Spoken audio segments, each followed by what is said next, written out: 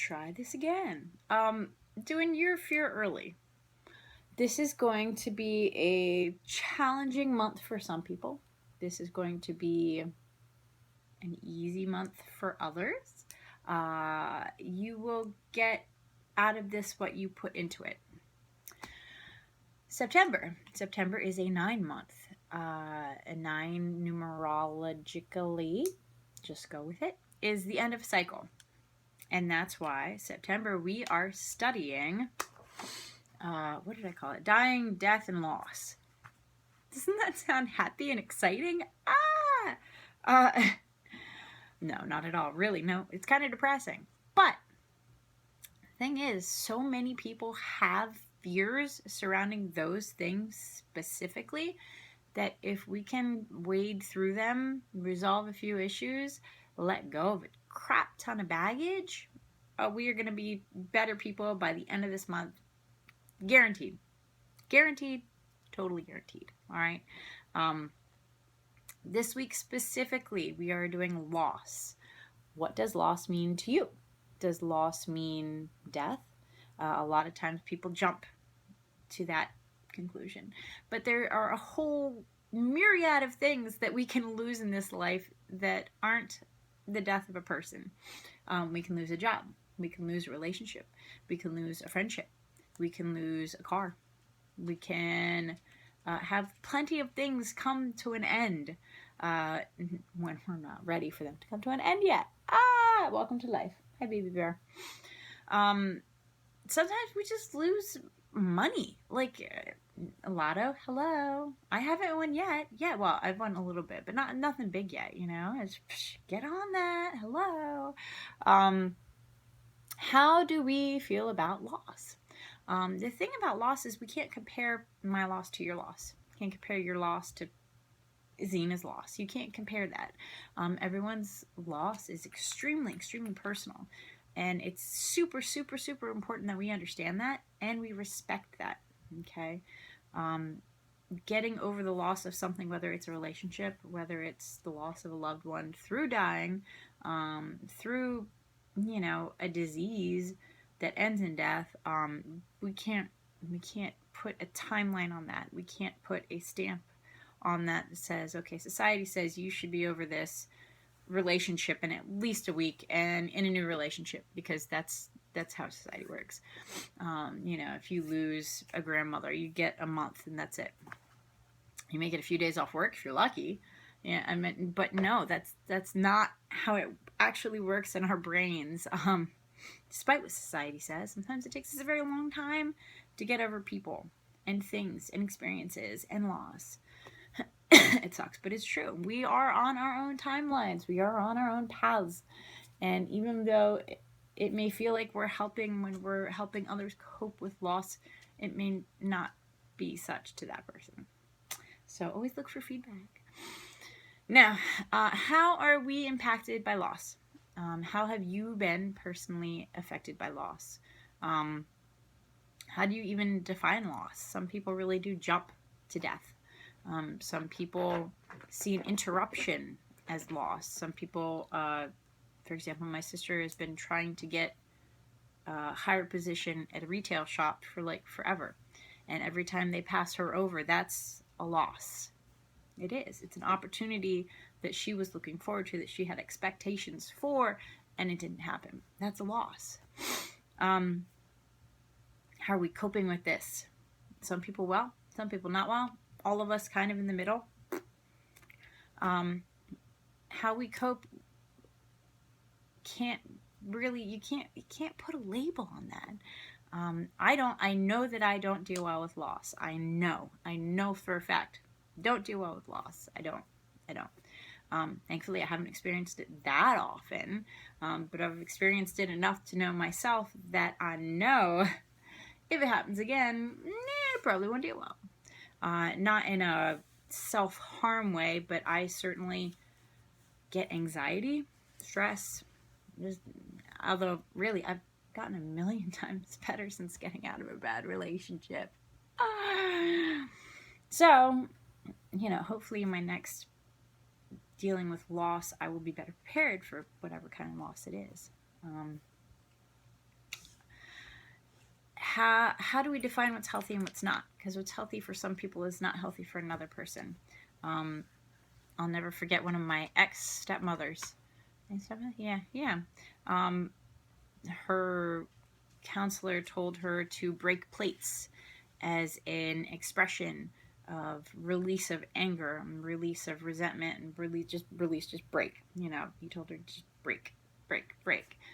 And while I see theoretically that could feel really good for a while, the problem that is that you still have to clean it up. And that's the part really of life, where you start to break down and rebuild. I'm sure that the breaking accelerated the process of release and the feel good and the endorphins and all that. That's not for me. I had to find my own way to cope. And for me, talking with counselor was great. Having that feedback of knowing that I wasn't going crazy was really fantastic. I always recommend to people, especially if you are dealing with grief of loss of a loved one, to please speak to somebody. Whether that someone is a friend over beer, a friend with girly movies and ice cream, no matter what it is, please seek grief counseling. It is very important, especially if you have not experienced death before, that you have a handle, someone to hold on to when you're going through the process, because it really is a process. Obviously, the mental health issue in this country is terrible because we perceive someone seeking help as being weak, but that's not true at all. Sometimes it's just nice to have a mental health check-in. And for me, I needed that to cope with the loss of a relationship, a marriage, a father to the kids. I needed that. For me, that's been my most recent huge loss. It sucked. But honestly, had I not sought the counselor to help me deal with it and work through it, it would suck for longer. And it would probably hurt me more because I was able to communicate about the grief. Because you really do go through a grieving process too. I didn't want to be resentful. I didn't want to be angry. I didn't want to be all of the things I had seen all of my other mothers go through. I didn't want that. I want my kids to have a happy, healthy, rational, sane, loving mother to give love to them. So here I am. And it wasn't that hard. Yeah, it was really nice. A lot of people will avoid. When we talk about job loss, when we talk about someone getting sick, not necessarily dying, although hospice care would certainly fit into this as well. People avoid in order to stay unhurt, really to just avoid the hurt, and that's what they're doing. They probably don't realize it until way after the opportunity passes, and then they'll regret the fact that they weren't involved in the process. Seek a counselor. Because if we avoid, we're still going to have to circle back to those feelings eventually. For instance, we had to put one of our dogs down, Athena. It feels like a long time ago. It really wasn't that long time ago. And I had the opportunity to either go or not go. And I knew that if I didn't go, that I would regret it. And I knew that if I went, I was just going to be a crying mess. And I said, would I rather regret this or would I rather be a crying mess? And I'd rather be a crying mess. Simple decisions like that, A lot of people, when they're like, I didn't get to say goodbye to a loved one, they don't have that closure. And we all need closure of one kind or another, whether it's forgiveness for ourselves or actually, speaking to somebody that we want to say we're sorry to. And that's why a lot of people seek out mediums, really, is to say they're sorry. So don't avoid. First step in the process. Now, when we're talking about loss, obviously we need to circle around, all the way around, and talk about how do we fear loss. I think we naturally fear loss because we like things the way that they are. That's why we have our rooms set up certain ways. That's why we have our favorite drink. That's why we have our favorite whatever. I love this sweat jacket. I really like this shirt. This is my Nope shirt. We surround ourselves with the things that we like. If we lose them, well, we don't want to lose them. That's the entire point. How do we deal with the fear? What would I do if my favorite jacket got a tear in it? I'd be super sad. I'd probably try and fix it rather than go out and buy another one because I really like this jacket. That's how I would cope with that. Why do we fear loss? It's natural to fear loss. It's natural to fear change. When we talk about loss, it's a very specific change, like loss. Loss. It's a huge, very tiny word. It's very impactful.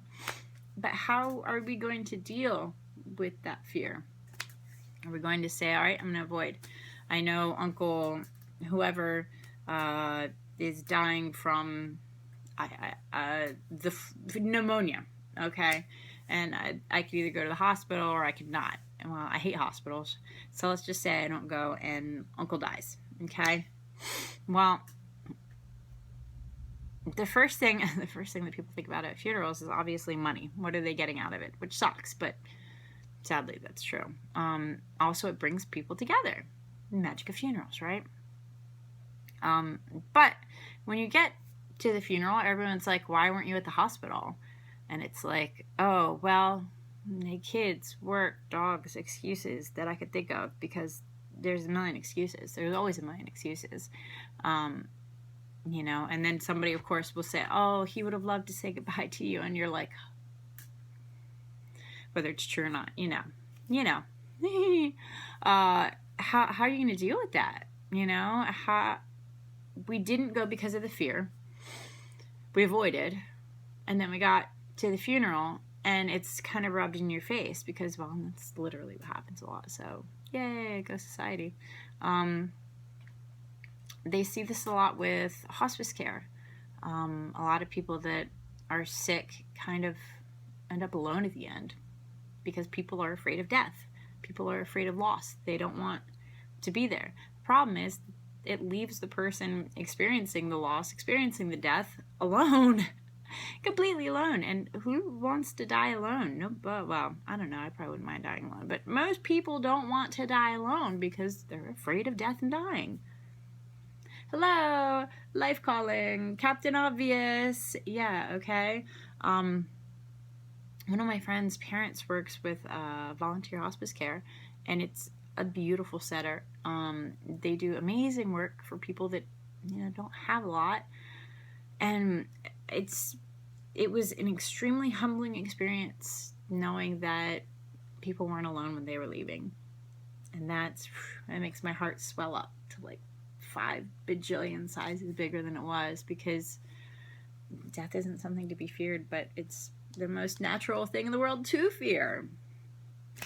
God, I'm at 13 minutes. All right, I'm gonna go through this.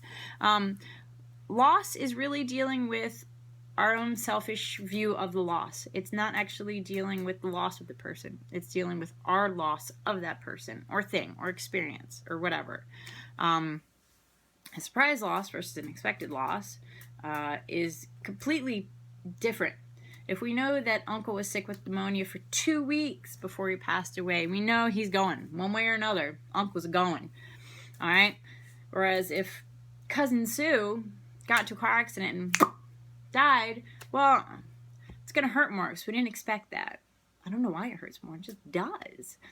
A surprise loss somehow is more impactful than an expected loss. Sucks, true. People almost always come together over a loss. Sometimes it's for a good thing. Home fires, a lot of times we have barn fires locally. People always come together to help out the family, to help out the animals, and deal with, you know, the aftermath. That's wonderful. That's amazing. That's how it should be. Doesn't always happen that way. How do we deal with this? Because this is a boatload of crap that I'm giving to you this week. I'm literally giving you a bleep ton of crap to deal with this week. This is huge. That's why I'm giving you a sneak peek of the rest of the month for sticking with me for 15 minutes and 5 seconds. So we're doing loss this week. We're doing hurt next week, dealing with limiting our life. The third week we are dealing with caretakers of death, and the fourth week we are discussing death and only death, okay? Heads up, because it's going to be an interesting month. Remember, you're going to get out of this what you put in, okay? If I were you, I'd start writing. What does loss mean to me? How do I typically deal with loss? How do I apply self-care in a way that is healthy? How do I overcome the fear of loss? Do I not get into a relationship because I'm afraid of being hurt? Or do I jump in head first and then escape before it gets serious? See that a lot. No, thank you. You got this. You got this. This is going to be a really cool month anyway because of all the astrological, wonderful coolness. This is a great month to unload. So what we are doing is we are opening our baggage. We're going to peer in. We're going to root through it. And then we're going to throw out the crap we don't need so that we can move forward with lighter bags. Okay? I'm going to have a great vacation, but I'll be thinking of you guys because this is a tough one. I love you. I'll talk to you later. Bye.